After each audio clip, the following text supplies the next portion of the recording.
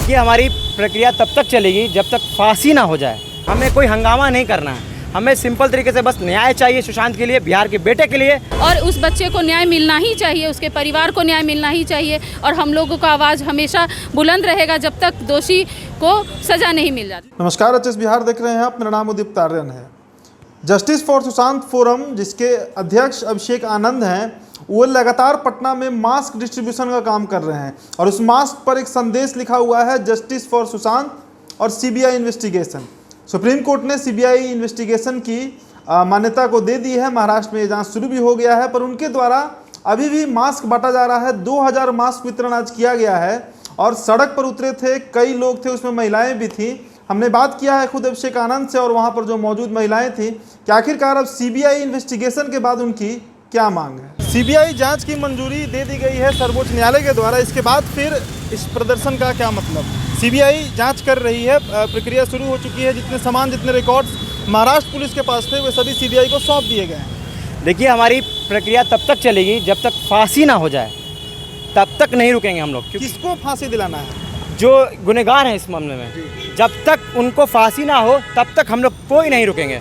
और ये हम लोग कोई प्रोटेस्ट नहीं कर रहे हैं, हमने मास्क बांट रहे हैं गरीब और ज़रूरतमंद को। बस उस पर ये देखें, लिखा हुआ होगा justice for Sushant, CBI punish the culprit. बस इतना ही सा है, हमें कोई हंगामा नहीं करना है। हमें सिंपल तरीके से बस न्याय चाहिए सुशांत के लिए, बिहार के बेटे के लिए और उनके परिवार के लिए। बस इसीलिए हम लोग प्रक्रिया कर रहे हैं। कितना मास्क अभी तक बांटा गया आप लोगों के द्वारा? आप लोगों ने 9 to 9 के पास ही प्रोटेस्ट किया था। जी, अभी तक हम लोग 3000 मास्क बांट चुके हैं और आज भी 2000 मास्क बांटने का प्रयास है। और हर शनिवार को हम लोग 2000 मास्क बांटेंगे।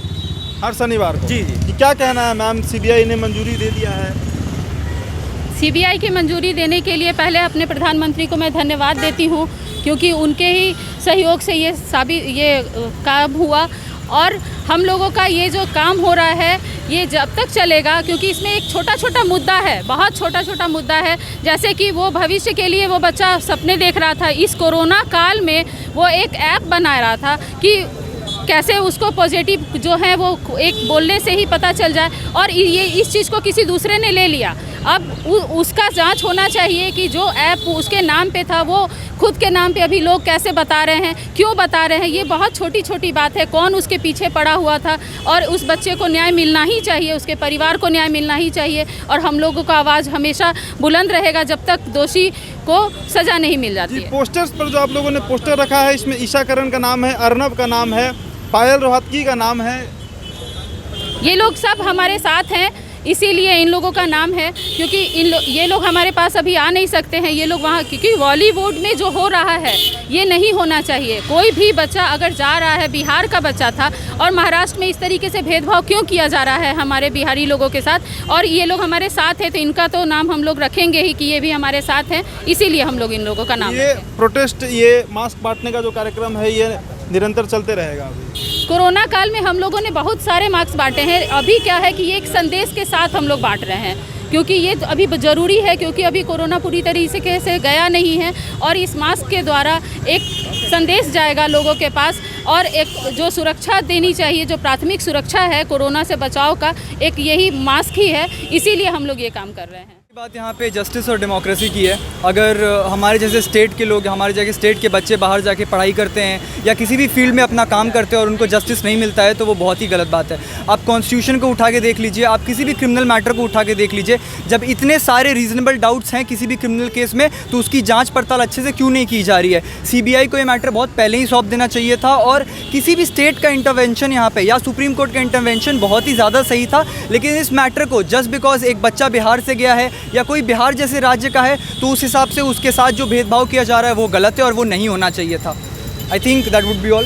जी, आप लोगों ने गुप्तेश्वर पांडे का नाम भी रखा है। जी। महाराष्ट्र सरकार के एक मंत्री हैं, जितेंद्र अहवाद उनका नाम है, एनसीपी से विधायक हैं, मौजूदा सरकार के मंत्री हैं। उन्होंने आज ट्वीट किया है सुबह सुबह कि डीजीपी गुप्तेश्वर पांडे आने वाले दिनों में अगर फिर से एनडीए गठबंधन की सरकार बनती है तो उन्हें अब गृह मंत्री बनाया जाएगा। देखिए, अगर हम बात करें गुप्तेश्वर पांडे की, तो उन्होंने ऑन स्क्रीन आके जितनी हिम्मत दिखाई है और हमारा साथ दिया है, तो इसके लिए तो तारीफ़ काबिल हैं। और जो उनके बारे में बोला गया है वो कहीं ना कहीं सच है।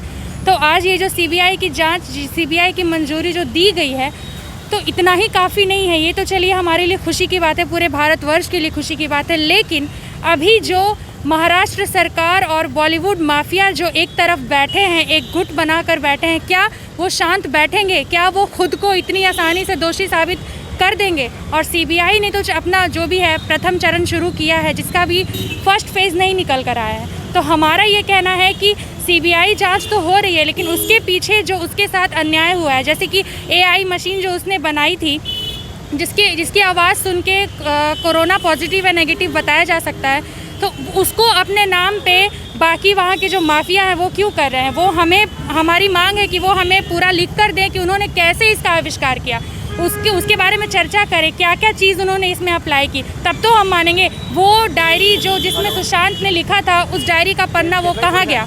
और बॉलीवुड स्टार्स जो आज से 2 महीने पहले कुछ नहीं बोल रहे थे, आज इतने ट्रेलर्स के डिसलाइक के बाद वो क्यों सामने आ रहे हैं? अब वो क्यों आ रहे हैं? इसलिए अब हम बिल्कुल एक्सेप्ट नहीं करेंगे और ये चलता ही रहेगा, क्योंकि रुकने से वो जो बड़े लोग हैं वो बैठने वाले नहीं हैं। तो हम भी नहीं बैठेंगे और वो जो करना है करें, हम अपना काम अपने तरीके से करेंगे, सीबीआई अपना काम अपने तरीके से करेगी, लेकिन ये प्रोटेस्ट कभी नहीं रुकेगा जब तक उसको न्याय नहीं मिल जाता। तो उनका साफ कहना है कि सीबीआई इन्वेस्टिगेशन के बाद वे चाहते हैं कि जब तक से जो दोषी हो उसे फांसी नहीं हो जाता है, तब तक वे लोग सड़क पर उतरते रहेंगे।